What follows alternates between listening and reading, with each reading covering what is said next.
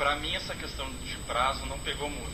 Eu consegui cumprir todos os prazos uma boa, porque eu já tinha muito material escrito, guardado. Foi só uma questão de organizar e de selecionar. Daí entrou o gargalo, que era exatamente essa seleção de temas, encadeamento lógico, qual é a abordagem que eu ia seguir. Então, por exemplo, se eu pegar as versões anteriores, cada uma está diferente da outra. É a ordem lógica dos capítulos, como é que eu ia usar abordagem, se eu ponho definição nisso ou não ponho nisso. Inclusive, a Luana me ajudou muito nisso, porque chegou um ponto que eu queria mudar tudo, já tinha passado dos 50%, chegou uma hora assim que eu me irritei, eu queria mudar tudo, estava tudo errado. Isso acontece muitas vezes, vocês vão passar por isso muitas vezes, vai chegar um ponto no livro que vocês vão achar que está tudo errado, então eu vou começar tudo de novo, e às vezes não é esse o caminho. Às vezes, quando chegar nesse ponto, o que a pessoa tem que fazer? Ela tem que calmar, guardar um pouco o livro, ficar uma semana, um mês sem se preocupar com ele, depois retomar, pensar, pegar o feedback de outras pessoas, pegar a sugestão de outras pessoas que estão de fora, que não estão envolvidas com aquele, digamos assim, aquele estresse, aquela ansiedade do livro, né? Para mim foi mais esse o gargalo. Eu queria fazer uma pergunta para o Júlio, que ele aprofundado para mim na página 19, a frase enfática.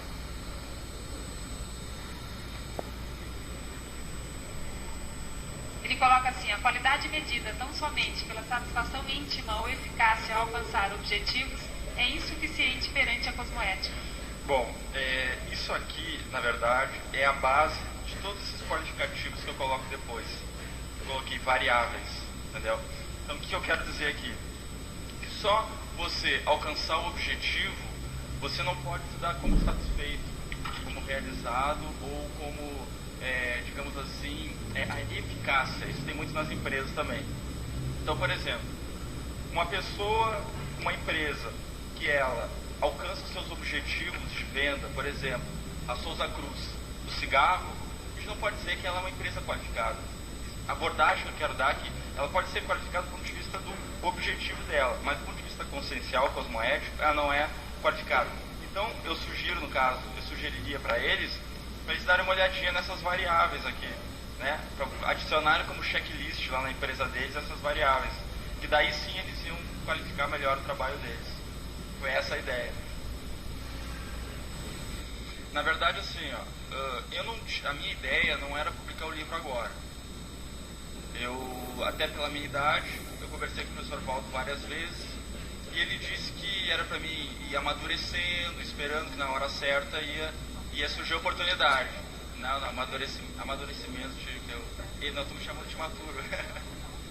O que aconteceu? Surgiu, foi até uma sincronicidade, vou até contar para você. O pessoal da Editária esteve no Holocico para conversar com o professor Valdo, solicitar uma ideia para o lançamento da editora. Ver se o professor Valdo tinha algum livro, algum trabalho. Posso contar, Valdo? Tinha algum livro, algum trabalho que pudesse lançar junto com a editora. Aí o Valdo falou que não dava, que ele estava envolvido com esse livro agora do Pacíficos, né? No caso, na época era o Antibelicosos, e que ele iria lançar só no ano que vem. Aí ele sugeriu, vê do pessoal aí, quem é que está com o livro, dessa lista que tem aqui, que tinha lá a lista dos neolivros, vê quem é que está com o livro mais adiantado e lança, né? Aí eles começaram a falar, tem o livro da Dulce, o livro da Cátia, esse pessoal todo. E eu fazia um mês que eu não ia no Holocico. Naquele dia eu estava envolvido com o negócio de trabalho, do colégio, da faculdade. E naquele dia eu resolvi ir no Holocico, né, para tirar o atrasado. Então estava eu quietinho lá, estudando, fazendo as minhas sinonímias, as minhas antonímias. E aí o pessoal conversando. Aí decidiram que iam lançar o livro da Kátia, da Lourdes e da Dulce. Então o que aconteceu? Decidiram e tal. Aí eles estavam saindo do Holocico. Aí o Valdson, era o último a sair, o Valdson olhou aquela listinha e falou assim: eu quero ver o livro desse cara aqui também. Aí o Valdo falou: livro de quem? Do Júlio. E eu falei lá no meu cantinho, lá, sem saber o que está acontecendo. Aí o Valdo olhou para mim: vem cá, como é que está o teu livro? Que passo está? Eu falei: eu estou fazendo, já passei da metade, eu estou indo, né? Aí o Valdo virou pro Valdson e falou: Valdson, para quando é que é isso aí? Aí ele falou: seria para setembro, até setembro. Aí o Valdo olhou para mim: termina até setembro? Aí eu falei: bom, veja bem, termino, né? Posso terminar. Aí ele falou: então tá, acabou, foi o livro do Júlio nessa aí. Então aí eu tive que terminar o livro. Outra coisa, o meu livro, ele é um pouco diferente, porque ele é um livro generalista, então eu pego vários temas. Então eu posso ir embora, eu podia fazer mais 5, 10 sessões aqui, como poderia fazer menos. Então eu não tive dificuldade nessa questão do prazo. Não foi uma dificuldade para mim. Então é isso. Então aí dia 31 de julho, que aí foi o prazo que o Valdo só para 30 de julho, que ele chegou e passou para mim. Júlio, tem até o dia 30 para terminar o teu livro. Ô Júlio, mas teve um momento que você falou, olha, tá pronto. Quando é que você sentiu com isso? Com prazo. Só com prazo? Exatamente. O conteúdo 30 do livro, de julho. não? Ele vai embora. Isso aqui é estilo enciclopédico. É que nem enciclopédia não tem fim. O pessoal pergunta quando é que vai terminar a enciclopédia. Assim, os temas sendo priorizados. Quando eu vi, ele já estava além dos 51%, entendeu? Ele já estava além. Tudo que eu fosse colocar nele ia acrescentar, mas ele já estava publicável. Um livro ele nunca termina. Por isso que no final eu coloquei considerações conclusivas, não finais. Ele nunca termina. Por exemplo, segunda edição eu vou adicionar capítulo novo. O que acontece? Quando chegou naquele 31 eu vi as sincronicidades, entendeu? As sincronicidades me mostraram que ali era o momento de eu parar, que ele já estava publicável, estava num bom nível, e que se eu aumentasse muito... Outra coisa, um livro pequeno, exatamente, perfeito, foi uma série de variáveis. E aqui no curso hoje surgiu um pouco esse item, por isso que estão perguntando. Então, você está falando da sincronicidade, mas que elementos você poderia colocar aí como sendo compositores dessa sincronicidade que te indicaram que chegou aos 51%? O que me levou a isso é o material que eu tinha. Quando eu vi que eu esgotei todo o material que eu tinha, eu tenho 3 lixões. Quando eu tirei tudo de bom dos 3 lixões, consegui entrosar com o que eu tinha, que sincronizou mais ou menos com esse prazo, entendeu? Se eu ficasse mais tempo, era capaz de eu estragar o livro. Tá entendendo? Agora, isso é só o autor que sabe. Só o autor que sabe. Pra mim foi tudo muito claro, muito nítido, tudo deu sincronicidade. E eu me lembrei, no dia, quando chegou perto dessa época, eu me lembrei que quando eu falei com o Valdo 2 anos atrás, ele me disse mais ou menos isso. Daqui uns 2 anos você vai estar com um trabalho bom. Então tudo fechou. Sincronicidade toda. Agora, cada autor é um universo, né? Essa foi a minha experiência. Essa foi a minha experiência. Bom, Cláudio. Para mim é meio difícil, porque para mim escrever é um hobby. Desde que eu entrei no instituto, comecei a fazer os pesos, sempre escrevi o tempo todo, tomando banho, parei de tomar banho para fazer anotação, andando de ônibus, assistindo curso, no laboratório, em todo lugar eu estou sempre com papel e caneta. E muita coisa que está aí no livro foi assim, foi a ideia que eu peguei assim. Além disso, teve o cosmograma, que eu fiz também. E o computador, em termos de computador, foi o seguinte: o meu notebook ele estragou. Enquanto eu tinha o notebook que estava funcionando, eu tinha o horário certo que eu trabalhava nele. Mas depois que eu comecei a dividir o computador com a Luana, a gente teve que se organizar. Então eu não conseguia manter todo dia o mesmo horário. Agora, então tem toda essa parte de gerar ideias, que eu registro no papel e você vai acumulando, e a parte do computador, que você vai passar para o computador, vai trabalhar no computador. Então eu não posso dizer assim que eu tive uma regularidade, eu fazia isso tal hora e isso aquela hora todos os dias. A coisa foi acontecendo naturalmente, agora sempre com continuismo. Eu nunca tive solução de continuismo nisso. Para mim assim já é natural, o negócio flui, não tem problema, não tem nada. Na faculdade escrevi muita coisa, o professor estava dando aula lá, eu estava ouvindo, mas tirando associações de ideias para o meu livro, tirando partido de tudo. Para mim foi isso, a minha experiência foi essa. Tenho a sensação de que a gente já pôde começar a retribuir um pouco de tudo aquilo que a gente recebe com a Conscienciologia. Desde que eu tomei conhecimento das ideias da Conscienciologia em 97, eu aprendi muito, assim, sabe? Muita coisa que me ajudou muito. E no momento que você publica um livro com um pouco das suas ideias, para contribuir um pouquinho que seja em todo esse conhecimento, dá uma sensação de retribuição muito, muito grande. Para mim é isso aí, é o que contou mais. Eu acho que é importante o prazo, só que a pessoa não pode ser escrava daquele prazo. Eu levei 2 anos para escrever meu livro e mesmo assim eu tinha material antes, eu já tinha coisa anotada antes. Agora, digamos assim, 90% do livro eu escrevi nesses 2 anos. E em relação ao que o professor Valdo falou, é assim, por exemplo, vai ter um evento agora em dezembro. Aí eu quero lançar meu livro nesse evento, em dezembro. Então eu começo a escrever agora e, que nem um louco, divulgo antes de começar a escrever o livro. Ou divulgo antes de o livro estar mais ou menos encorpado. Então é mais ou menos sobre isso. Não tem porquê. Então, nesse momento, a pessoa tem que avaliar qual a intenção dela. No momento que ela vai estabelecer um prazo, a primeira coisa é qual é a minha intenção. Com esse livro, com esse prazo, o que eu quero? O que eu quero com isso? Agora, eu acho que o prazo, ele faz parte da organização da gente. O prazo a gente tem que ter em tudo, só que sem estar escravo a insubordinado. Eu queria complementar uma coisa em relação ao prazo. Uma coisa que também acontece às vezes, já vi mais várias pessoas, que a pessoa fica planejando. Ela fica planejando o tema de pesquisa, fica planejando o prazo, como é que vai ser, começa a estar pensando até na capa. Agora, o produto ainda não tem nada. A pessoa não está escrevendo nada, não está pesquisando nada, e ela volta um mês depois, Júlio, agora eu estou com um projeto esse, agora eu vou fazer isso, tá, me mostra aí os originais para me dar uma olhada. Não, eu vou fazer, eu estou pensando, eu estou calculando.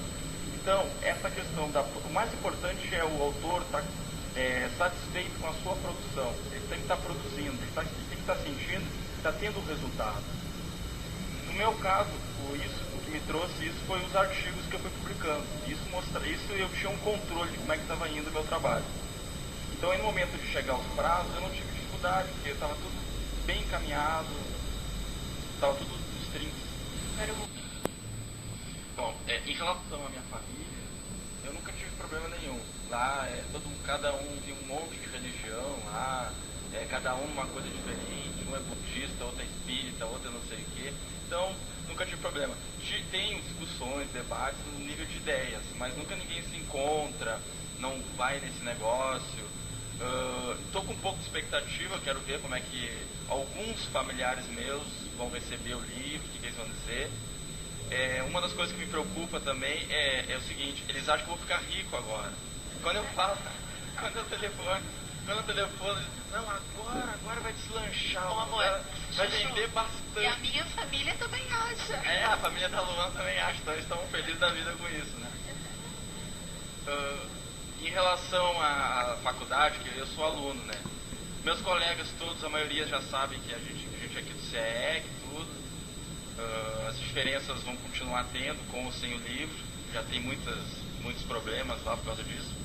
E em relação aos professores, aí eu não sei, porque tem que ver com a Paty, com o Ulisses lá, o que eles vão achar disso tudo. Eu acho que é muito positivo. E em relação a essa questão do Grupo Karma também, uma questão de ego eu vejo assim também. Por exemplo, eles têm uma imagem do Júlio. Eu cresci com, digamos assim, um ego perante a família. Agora, o livro expõe a pessoa, eles vão entrar em pensamentos meus, formas que eu vejo a vida, então vai mudar, aquela imagem que eu tinha perante eles vai mudar. Então eu estou com expectativa, eu não sei como é que vai ser, vai mudar pra caramba. Mas eu nunca tive problema com isso aí, em termos de Grupo K. Tá, aqui, né?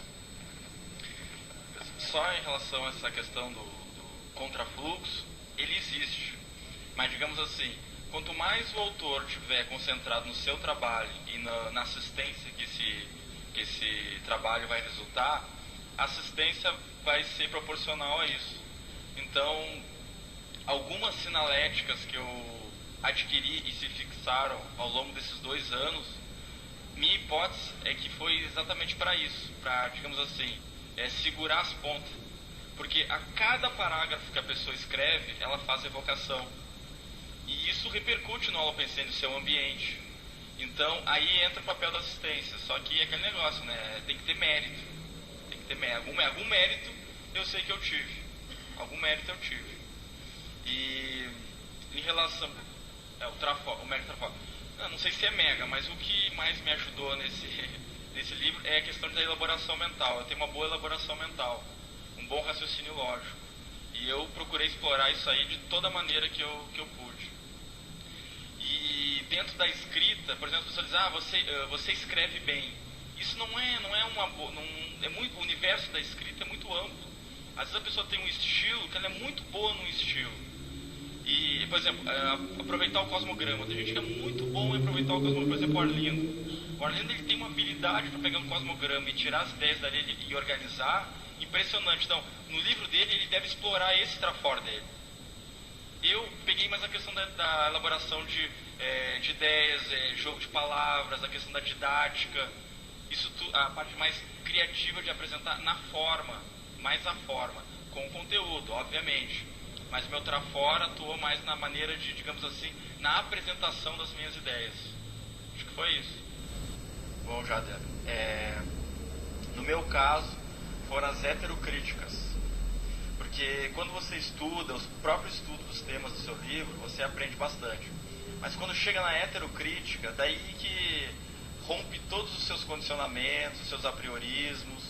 E sem a heterocrítica dos colegas, tudo, eu não teria aprendido tanto quanto eu aprendi nesse livro. Outra coisa, se o livro que você está escrevendo não está mexendo com você, então tem alguma coisa errada. Ele tem que estar mexendo, você tem que expor. Outra coisa, a gente está em ciência, nosso estudo é de ciência. E ciência tem que ter a heterocrítica. A pessoa, por exemplo, que está escrevendo e tem receio de mostrar para as outras pessoas aquilo que ela está escrevendo, está errado. Ela tem que mostrar. Agora, a pessoa que tem dificuldade em receber heterocrítica da pessoa dela, ela vai ter muito mais dificuldade para receber heterocrítica do trabalho que ela está fazendo. Então os dois andam junto. É uma terapia conjunta do livro e seu também. Bom, pessoal, evoluir, antes de tudo, é um processo de qualidade e não de quantidade. Serenão, por exemplo, ele antes de ser quantidade, ele é qualidade. E a gente só alcança qualificação com técnica. A gente tem duas opções, evoluir que nem tartaruga ou que nem o papaléguas. Então, o que acontece? Tartaruga é aquele que deixa tudo ao natural, as coisas acontecer, vai na base do instinto. A pessoa que quer evoluir mais depressa, ela vai ter que, cedo ou tarde, aderir à técnica na vida dela. Então, o que é a qualificação da consciência? Senão a adjetivação dos nossos atos com o melhor. Para todos, para nós e para todos. Essa que foi a mensagem do livro. Eu coloco 20 qualificativos, são 20 opções que a pessoa tem de investimento de valores para a pessoa agregar as suas ações. São 20, está bem na introdução. Pessoa que consegue botar isso na prática já vai estar num bom caminho e as coisas vão estar bem encaminhadas. Essa é a mensagem aí do nosso livro. Bom, eu sempre digo o seguinte: tu rejeitar a heterocrítica é burrice, tu não ponderar elas é burrice 2 vezes mais. Então, tudo que eu escrevo eu mostro para os outros. O professor Valdo faz isso nos livros dele, e inclusive já perguntei para ele porque eu recebia crítica disso. Eu mostrava meus artigos, mostrava o meu livro, a 5ª versão do meu livro, eu saía mostrando, diziam que eu queria aparecer, que eu era cabotino e que não sei mais o que, não sei mais o que lá. Aí eu procurei o professor Valdo, perguntei para ele me dar orientação, ele é uma pessoa experiente, não é gurulatria, isso é a experiência dele. O Valdo é o verdadeiro homem enciclopédico, né? O cara tem muita experiência, eu sou novo, não posso me dar o luxo de não aproveitar a experiência dele, ainda mais estando aqui perto. Aí eu procurei ele e perguntei: professor Valdo, é o seguinte, estou recebendo muita heterocrítica por estar pedindo a heterocrítica dos outros em relação aos meus trabalhos. Ele falou que está todo mundo errado, você está certo, tem que continuar fazendo isso, porque você só vai qualificar o seu trabalho e se melhorar. Ele vive fazendo isso, ele leva nas tertúlias do trabalho a metade branco, para aumentar, para receber o feedback. E eu acho que a conscienciologia vai crescer assim, com a heterocrítica. Cada um tem um micro-universo diferente, cada um tem uma visão diferente das coisas. Cada um traz uma aula memória, uma bagagem de experiência totalmente diferente um dos outros. E agora, eu ficar só no meu mundo, isso não é ciência. É essa a visão que eu tenho do processo. A gente aprende a fazer heterocrítica também, recebendo elas. A gente começa a ver o que não se deve fazer, o que se deve fazer. Uma heterocrítica nunca pode desestimular a pessoa a seguir no trabalho. Você pode mostrar o erro, mostra por onde a pessoa deve corrigir, onde a pessoa está acertando, e estimular ela a continuar, porque todo trabalho, livro, artigo, todo texto que a pessoa vai produzir é uma construção, você vai construindo. Muita gente falha quando ela quer fazer o negócio já pronto no primeiro momento, já está tudo acabado. Não é assim, o negócio é uma construção, é aos poucos. Muita gente não consegue terminar livro, que está lá, tempos por causa disso.